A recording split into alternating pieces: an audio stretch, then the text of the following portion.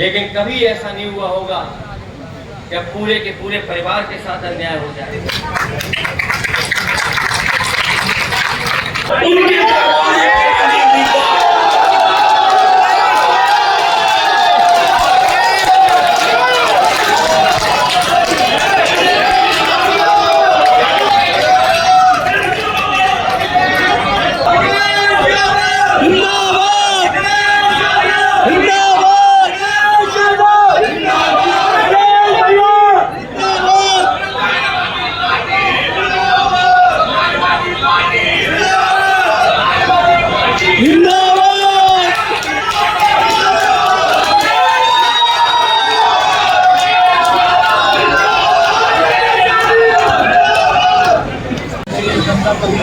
बहुत ही वरिष्ठ नेता येचुरी जी, सीताराम येचुरी जी, जब मैं बोल रहा था उस समय आरजेडी के नेता मनोज झा जी,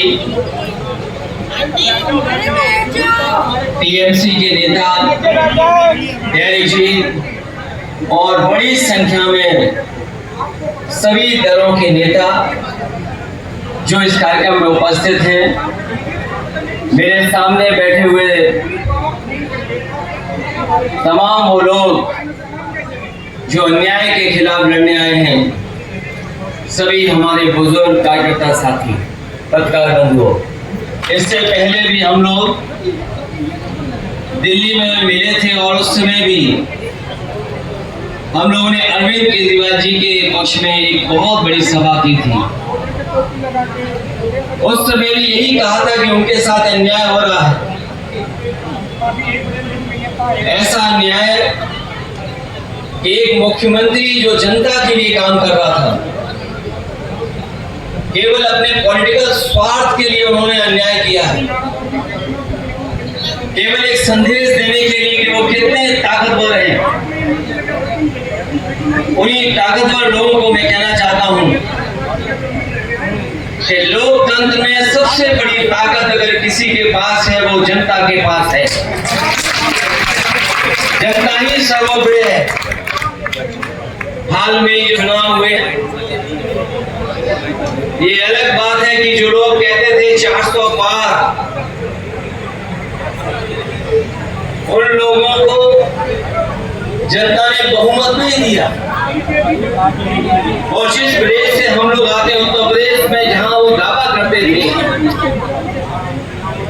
कि 80 में 80 सीटें जीत जाएंगे, लेकिन उत्तर प्रदेश की जनता का मैं धन्यवाद देता हूं, उन्होंने न केवल भारतीय जनता पार्टी को हराया है, बल्कि अपना फैसला समाजवादी पार्टी और इंडिया गठबंधन के पक्ष में देकर के उन्होंने भारतीय जनता पार्टी की बहुमत की सरकार को भी रोकने का काम किया। जहां उनके सांसद हारे हैं, वहीं देश के प्रधानमंत्री जी भी वोट से हारे हैं। वो जीत जरूर हैं, लेकिन वोटों से वो भी हारे हैं। कहां 5 लाख के लगभग वोट से जीतने वाले थे, या वो लोग दावा कर रहे थे कि 10 लाख वोट से जीतेंगे, लेकिन शासन अगर इधर उधर जोड़ करके ना करता तो शायद वो भी 1.5 लाख की जीत हो, तो उतनी भी जीत नहीं हो सकता।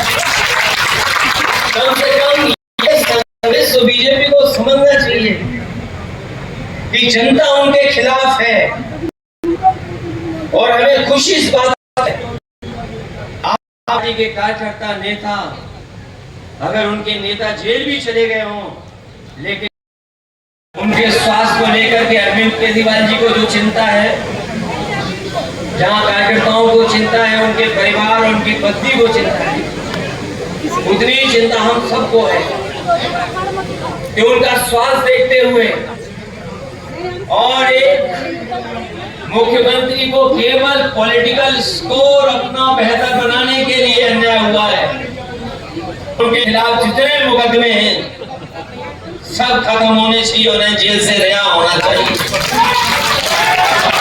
हालांकि एक बात मैंने चुनाव से पहले कह दी थी कि कई ऐसी संस्थाएं हैं दिल्ली के पास जो पॉलिटिकल लोगों को समय समय पर परेशान करती हैं वो संस्थाएं उन्हें न्याय नहीं देने देती हैं।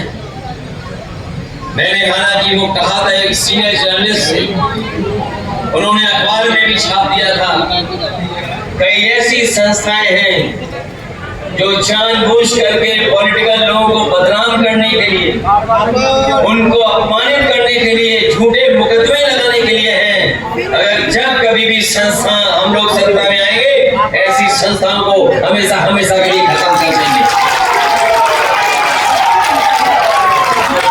हमारे लोकतंत्र में किसी को झूठा फंसाना नहीं लिखा है, हमारे संविधान में झूठा फंसाना नहीं लिखा है, लेकिन बीजेपी का पता नहीं कौन सा संविधान है जिससे झूठा फंसा देते हैं। न जाने कौन से सेक्शन में ये व्यवस्थाएं बना देते हैं। इसलिए हमारी लड़ाई और हम आपका हमेशा साथ देते रहेंगे। आप अच्छे दिन में भी होंगे, दुख तकलीफ में भी होंगे, हम समाजवादी लोग आपके साथ खड़े दिखाई देंगे। मैं आपको इस संघर्ष के लिए मैं आपके पार्टी के लोगों को धन्यवाद देता हूं कि उन्होंने मौका दिया यहाँ आने का। मैं एक बार फिर श्रीमती सुनीता केजरीवाल जी से कहूंगा कि वो लड़ रही हैं, पत्नी होकर के भी वो लड़ रही हैं, वो अपनी जिम्मेदारी निभा रही हैं।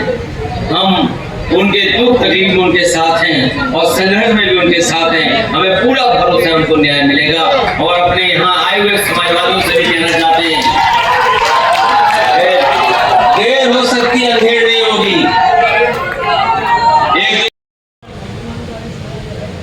राजनीति में हो सकता है हमारी आपकी विचारधारा में कुछ हम कुछ स्वीकार करते हो, आप कुछ स्वीकार करते हो। केवल अरे मोहम्मद आजम खान साहब को नहीं जेल भेजा, उनके परिवार के लोगों को भी, उनके तमाम